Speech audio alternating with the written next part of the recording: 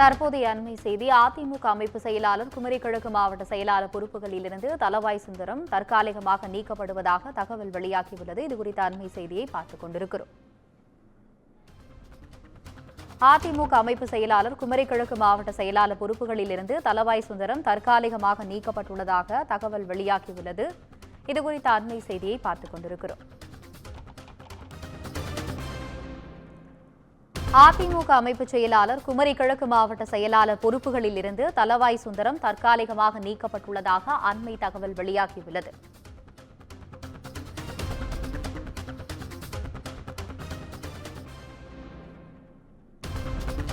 அதிமுக அமைப்பு செயலாளர் குமரி கிழக்கு மாவட்ட செயலாளர் பொறுப்புகளில் இருந்து தளவாய் சுந்தரம் தற்காலிகமாக நீக்கப்பட்டதாக அண்மை செய்தியாக பார்த்துக் கொண்டிருக்கிறோம்.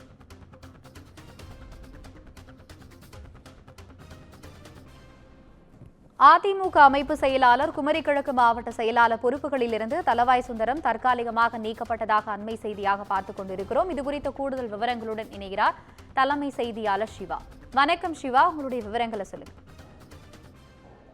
அதிமுகவில் இருக்கக்கூடிய ஒரு மூத்த நிர்வாகி, முன்னாள் அமைச்சராக இருந்திருக்கிறார், டெல்லி பிரதிநிதியாக இருந்திருக்கிறார். இது போன்ற அதிமுகவில் கிட்டத்தட்ட 40-50 ஆண்டு காலமாக பல்வேறு முக்கிய ஒரு பொறுப்புகளில் இருந்து வந்த தளவாய் சுந்தரம் தற்போது கட்சியில் பல்வேறு பொறுப்புகளில் அவர் இருக்கக்கூடிய அமைப்பு செயலாளர், கன்னியாகுமரி கிழக்கு மாவட்ட கழக செயலாளர் உள்ளிட்ட பொறுப்புகளில் இருந்து தற்காலிகமாக விடுவிக்கப்பட்டிருக்கிறார். அதற்கான இந்த அறிவிப்பை தான் அதிமுக பொதுச் செயலாளர் எடப்பாடி பழனிசாமி விடுத்திருக்கிறார். குறிப்பாக ஒரு மூத்த நிர்வாகி மீது, முன்னாள் அமைச்சர் மீது இது போன்ற ஒரு நடவடிக்கை எடுப்பதற்கான காரணம் என்ன என அதிமுக தரப்புல கேட்கும் போது, கடந்த சில நாட்களாகவே RSS ஊர்வலம் என்பது தமிழகத்தில் இருக்கக்கூடிய 58 இடங்கள்ல நடைபெற்று வரக்கூடிய நிலையில கன்னியாகுமரி மாவட்டங்களையும் இதே போன்ற RSS ஊர்வலம் 2 நாட்களுக்கு முன்பு நடைபெற்ற போது அந்த வழியாக சென்ற ஒரு சட்டமன்ற உறுப்பினர் என்ற முறையில அவருக்கு அழைப்பு விடுக்கப்பட்டு இதனை தொடங்கி வைக்க வேண்டும் என்று கேட்டுக்கொண்டதாக தகவல் வெளியாகி இருக்கிறது. எனவே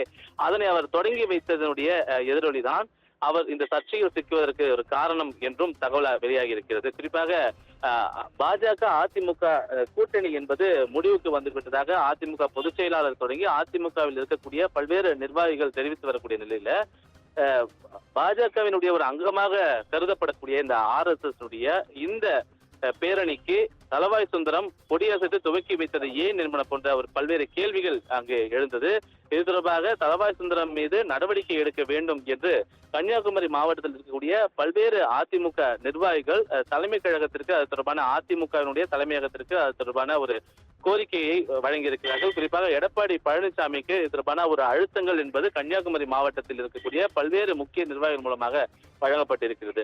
எனவே இதன் காரணமாகவே RSS பேரணியை தொடங்கி வைத்ததுதான் காரணம் என்று அதிமுக தரப்பிலிருந்து தெரிவிக்கப்பட்டதனுடைய விளைவுதான் தற்போது ஒரு முன்னாள் அமைச்சர், அதிமுகவினுடைய ஒரு மூத்த நிர்வாகி, அதிமுக ஆட்சி காலத்துல சட்டத்துறை அமைச்சராக இருந்திருக்கிறார், டெல்லி சிறப்பு பிரதிநிதியாக இருந்திருக்கிறார்.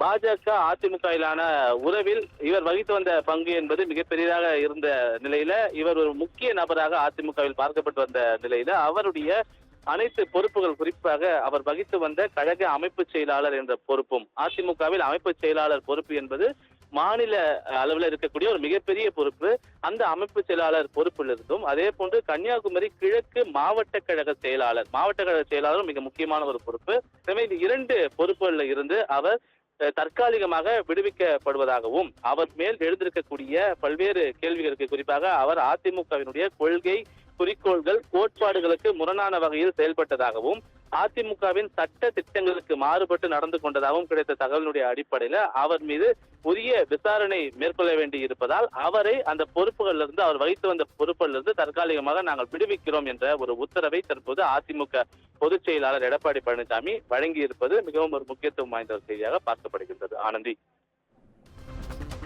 விவரங்களுக்கு நன்றி சிவா.